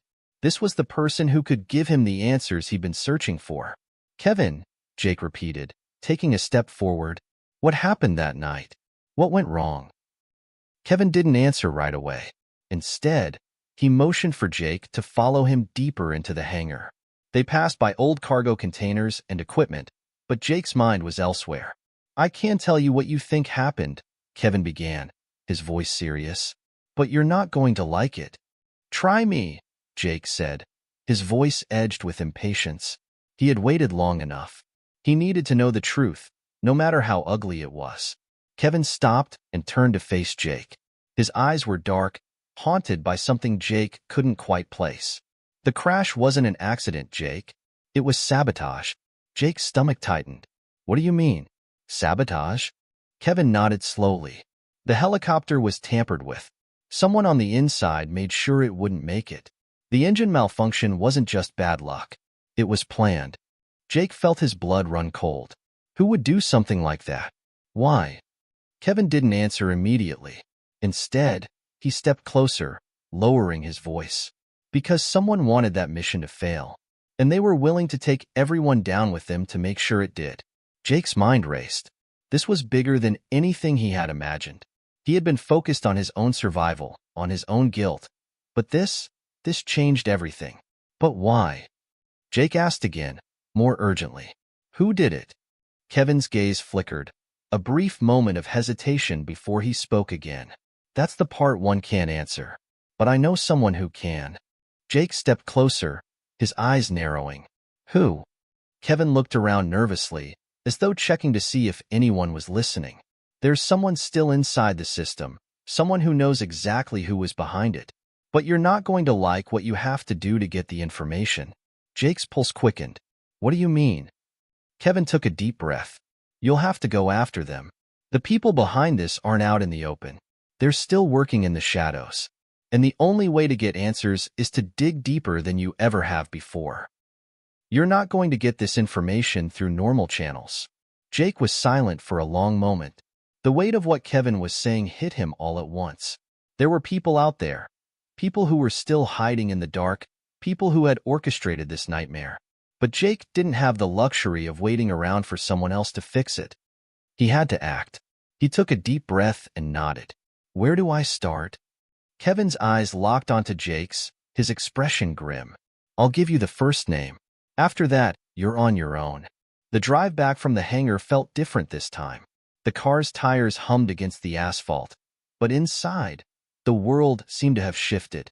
Kevin's words lingered in Jake's mind like a bad taste, his stomach still tight with the knowledge that the crash wasn't a mere accident, but something deliberate, something orchestrated. The thought that there were people out there, hiding in the shadows, who had played a part in it, gnawed at him. But there was more. The name Kevin had given him, it was the only lead he had. And he knew that now, he had no choice but to follow it, no matter where it took him. As Jake pulled into the rehab center parking lot, he hesitated. Sarah and Lucas had been a steady presence in his life for the past few months. But this was something he had to do alone. The burden of this new truth was his to carry. But at the same time, it felt like something bigger than himself, bigger than all of them. That night, Sarah sat across from Jake in the common room, her eyes carefully studying his face. She had been worried about him. Lately, he'd been distant, as if his mind was elsewhere.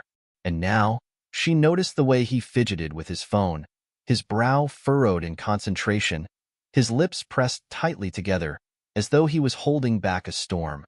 Jake, she said, breaking the silence. You've been off lately. What's going on? He met her gaze briefly, then looked away, his fingers tapping against his phone. It's nothing. Just thinking about stuff. Jake, she pressed, her voice softer now. I know you're trying to handle everything on your own, but you don't have to. We're in this together, remember? He sighed, rubbing his forehead, frustration simmering just beneath the surface. He wanted to tell her, he really did. But part of him was still afraid. Afraid of how she'd react, afraid of what it all meant. I appreciate it, Sarah, Jake said quietly, his voice tense. But there are things I have to deal with, things I need to figure out on my own. Sarah sat back, her expression unreadable for a moment. She knew Jake well enough to recognize when he was shutting down, but something about the way he said it told her this wasn't just him trying to distance himself. Something had changed, and it had to do with the crash. I know you're going through something, Jake, but don't push us away, okay? We're not just here for rehab, we're here for you. Whatever it is, you don't have to face it alone. He opened his mouth to say something, but the words caught in his throat. What could he say to that? The last thing he wanted to do was worry Sarah more than she already was. But could he really keep going without her? Without Lucas? Jake got to his feet, pacing the room as he ran his hand through his hair. It's complicated, Sarah. I got a message today. Someone from the crash reached out to me. They know more about what happened. She stood, now visibly concerned. What do you mean, someone from the crash? What did they say?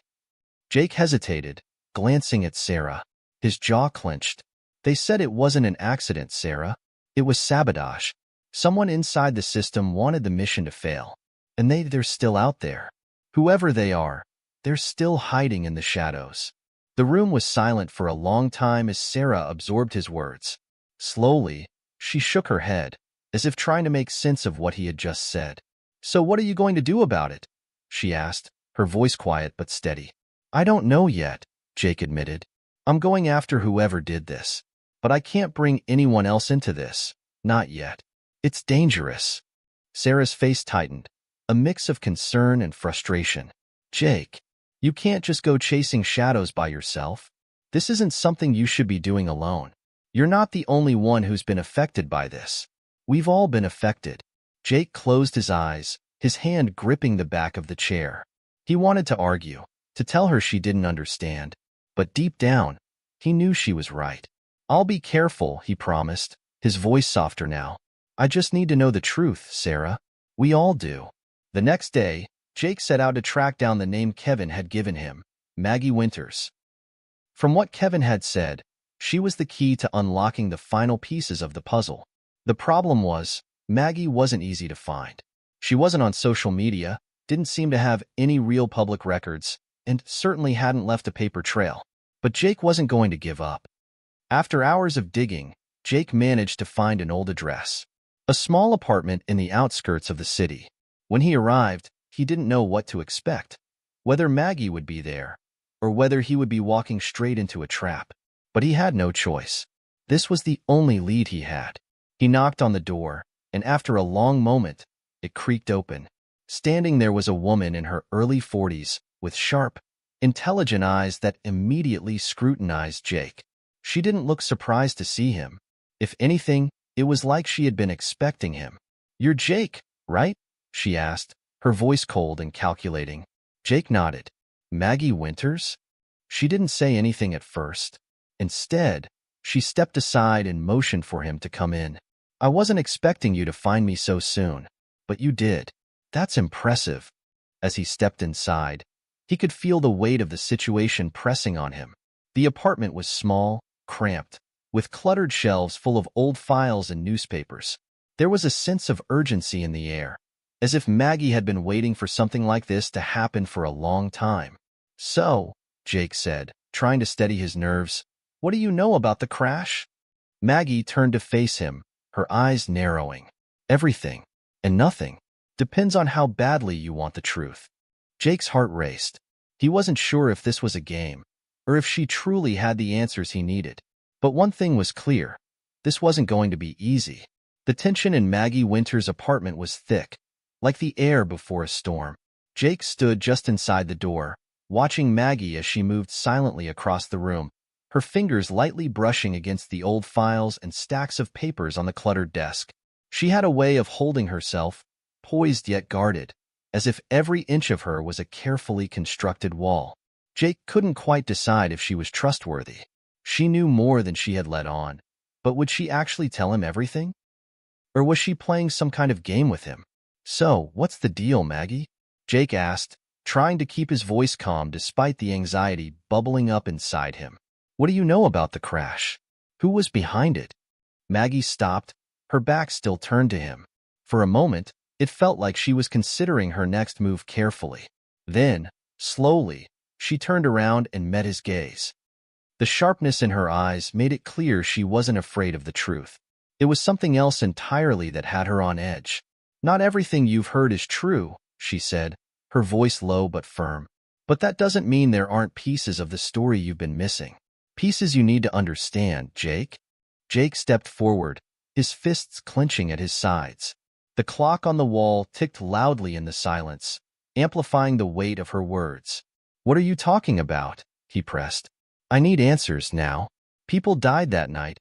Maggie. Mark. Mark died." His voice cracked, but he pushed on. "I can't just let that go. Not without knowing why it happened. Why I couldn't stop it." Maggie's face softened, a flicker of something like sympathy passing through her eyes. She exhaled slowly, as if she was weighing how much to give away. "I know," she said quietly. "I know how you feel. But there are things you don't understand yet.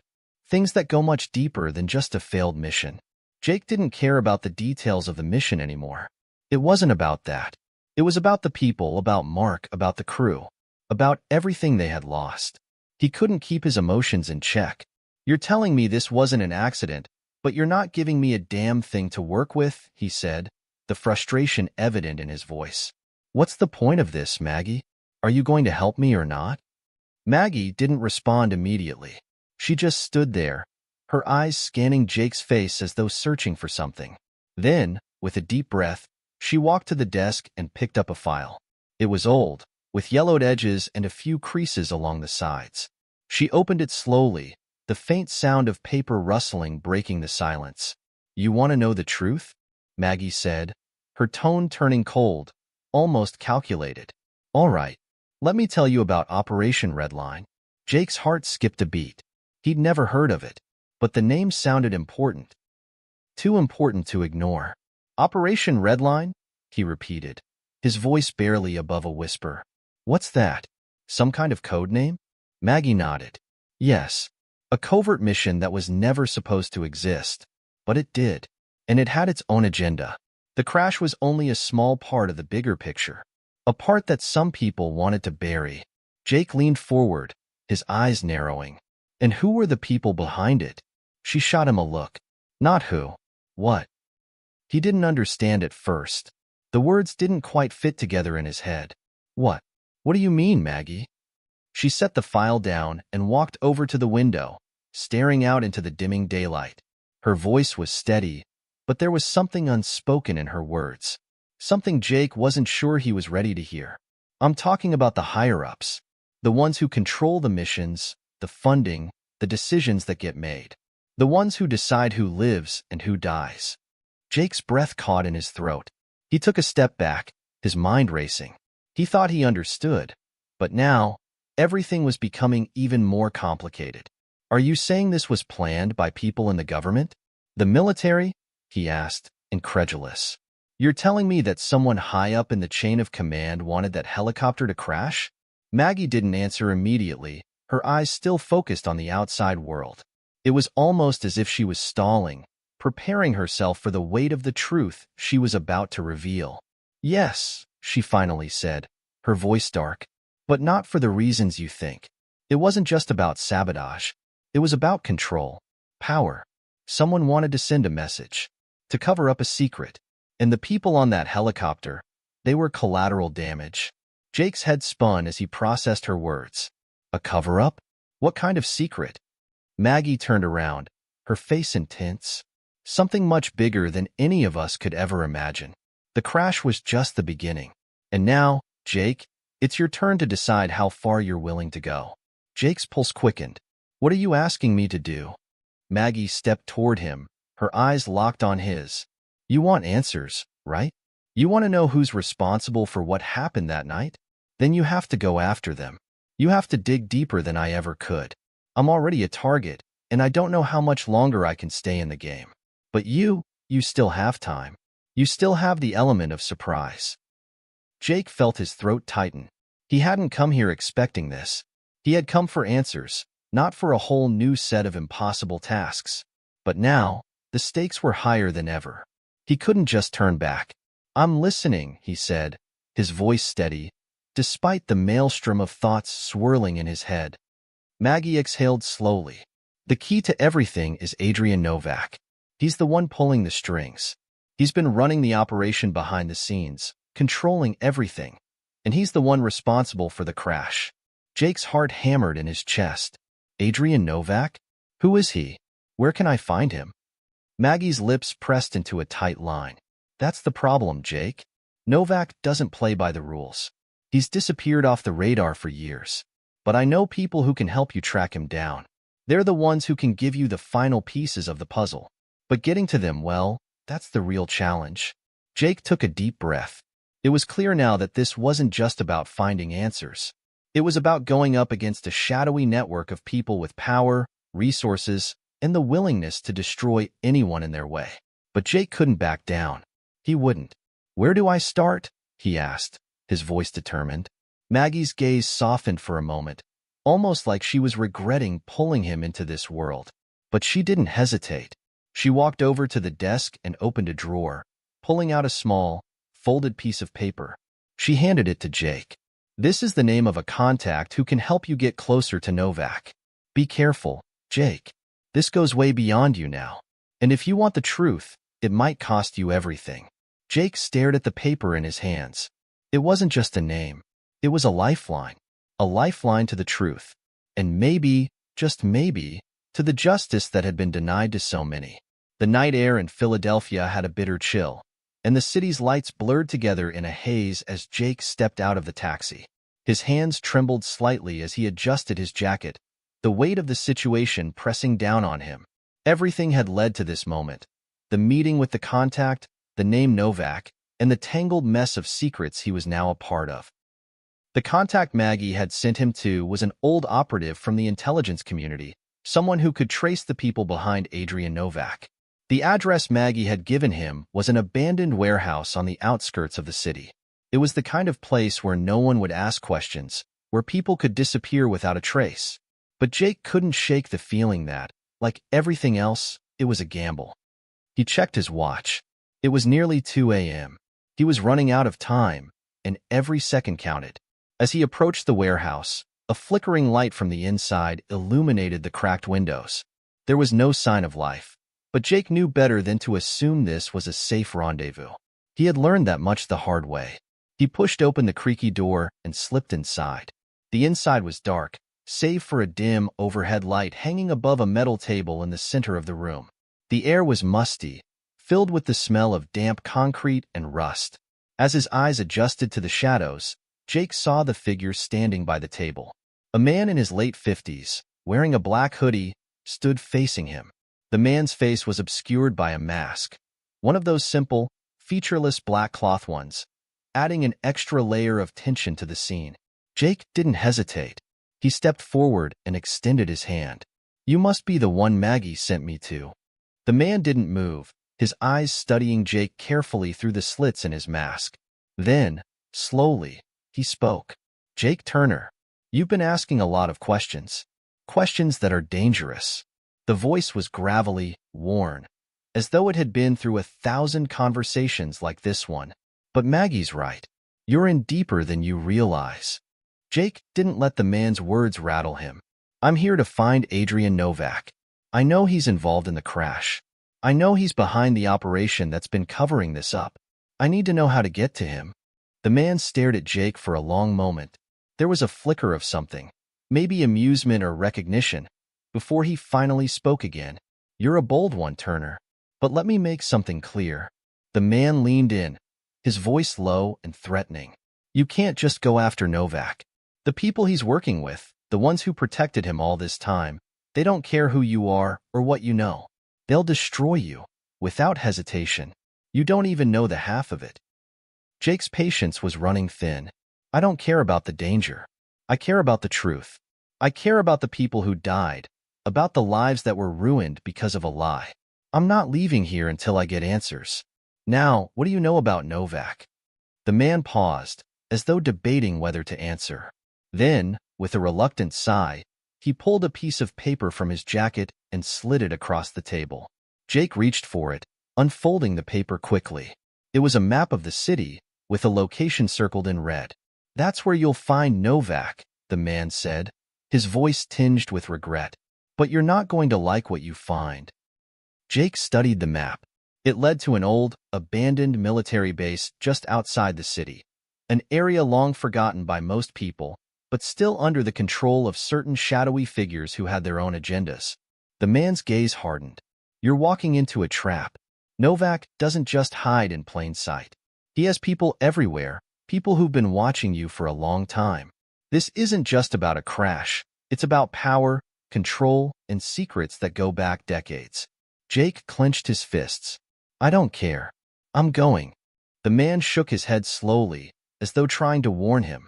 "You're not ready for this. But you're not going to listen to me, are you?" Jake didn't respond. He knew what he had to do. He had come this far, and there was no turning back now. The military base was everything Jake had feared it would be: dark, desolate, and heavily guarded. There were no lights visible from the outside, but he could make out the faint silhouette of a building in the distance. This was where it would end. This was where the truth would finally come to light.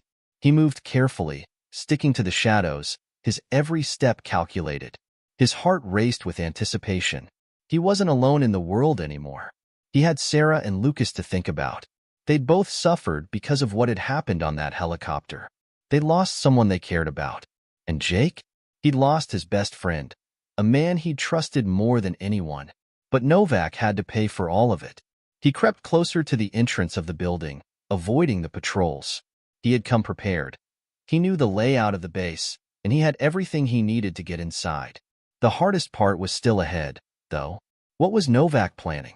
What was the real reason behind the crash? As he approached the door, Jake heard voices, low and muffled, but distinct.